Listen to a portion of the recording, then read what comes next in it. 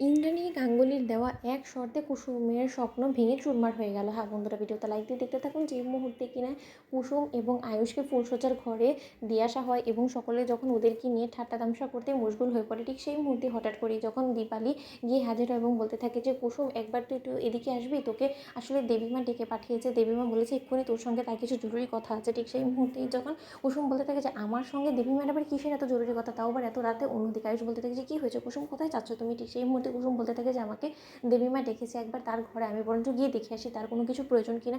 ঠিক সেই মুহূর্তে যখন ঈশান বলতে থাকে যে না, ব্যাপারটা তো মোটেও সুবিধের বলে মনে হচ্ছে না। মা যেহেতু কুসুমকে নিজের ঘরে এত রাতে ডাকিয়েছে, তাহলে নিশ্চয়ই মা কিছু না কিছু একটা তো অঘটন অবশ্যই ঘটাবে। আমি একবার কুসুমের পাশে পাশে গিয়ে দেখি যে আসলে মা ঠিক কী বলার চেষ্টা করছে। ঠিক সেই মুহূর্তে কুসুম সেই ঘরে যাওয়া মাত্রই যখন কুসুম বলতে থাকে যে দেবীমা ভেতরে আসবো, ঠিক সেই মুহূর্তেই ইন্দ্রাণী গাঙ্গুলি বলতে থাকে যে আমার বাড়ির ভেতরে যখন বউ হয়ে ঢুকেই পড়েছো, তাহলে এখন আর আমার পারমিশন নিয়ে বা কী লাভ বলো তো? এখন তো শুধুমাত্র ঘরে ঢোকার না পারমিশন চাইছো।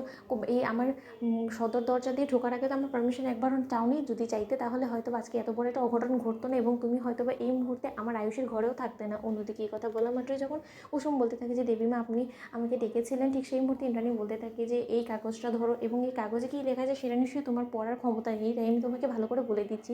দেখো কুসুম, তুমি নিশ্চয়ই এতক্ষণে নিজের গোটা জীবনের সকল স্বপ্ন সাজিয়ে ফেলেছো এটা ভেবেই যে তুমি গাঙ্গুলি পরিবারে যেহেতু একবার বউ হয়ে ঢুকেই পড়েছো, তাহলে আজকে থেকে তুমি এই গাঙ্গুলি পরিবারে রাজত্ব করা শুরু করে দিবে এবং আমাদেরকে নিজের ইশারায় নাচানোর চেষ্টা করবে। সেটার স্বপ্ন তুমি ভুলে যাও, কারণ তোমার সেই স্বপ্নটাকে দুঃস্বপ্নে পরিণত করে দেওয়ার জন্য আমি সকল যোগাযন্ত্র করে ফেলেছি। ঠিক সেই মুহূর্তে কুসুম বলতে থাকে যে দেবীমা আপনি ভুল করছেন, আমি কোনোভাবেই নিজেকে এখনও পর্যন্ত এই পরিবারের সঙ্গে মানিয়ে নিতে পারছি না এবং আমি কোনোভাবেই চাইনি যে এই পরিবারে বউ হয়ে আসতে। নিহাতি আমাকে আয়ুষ্মান বাবু জোর করেছে বিয়ের পিড়িতে বসিয়ে, আমার সেটাতে সিঁদুর পরে দিয়েছি বিদায় আজকে আমি এই বাড়িতে আছি আপনার চোখের সামনে, নয়তোবা আমি আমার সেই কাজের মেয়ে তকমাটা নিয়ে আমি ভালোই ছিলাম। ঠিক সেই মুহূর্তে ইন্দ্রাণী গাঙ্গুলি হাসতে থাকে এবং বলতে থাকে যে কুসুম, তুমি তোমার এই ভালো মানুষের চেহারাটা না অন্য কোথাও গিয়ে দেখাও, তাহলে হয়তো বা তারা তোমার কথা বিশ্বাস করলেও করতে পারে, কিন্তু আমাকে তুমি কোনোভাবে বোকা বানাতে পারবে না, কারণ আমি কিন্তু লোকেকে খুব ভালো করেই চিনতে জানি এবং এই অভিজ্ঞতা আমার খুব ভালোই আছে। তাই তোমার হাতে যে কাগজটা দিয়েছি সেই কাগজ সম্পর্কে তোমাকে আমি আগে থেকে জানিয়ে রাখি। অন্যদিকে ঈশান যখন নাড়ি পেতে তাদের দরজার বাইরে দাঁড়িয়ে থাকে এবং বলতে থাকে যে না, যে করেই হোক না কেন আমাকে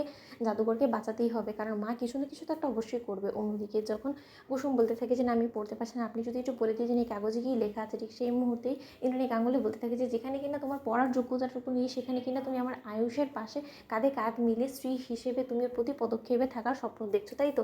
তোমার সেই স্বপ্নে ছাই দিয়ে দেওয়ার জন্য আমি তোমাকে বলে দিচ্ছি এই কাগজ এটাই লেখা আছে যে আগামী 6 মাসের মধ্যে তুমি এই বাড়ি ছেড়ে আমার আয়ুষের জীবনের থেকে চিরকালের জন্য বিদায় নিয়ে নেবে এবং তোমার ভরণ পোষণের যাবতীয় যা কিছু প্রয়োজন পড়বে সেই সব কিছু আমি বহন করবো। তো বন্ধু, লাইক আমি সেটা সাবস্ক্রাইব করতে ভুলো না।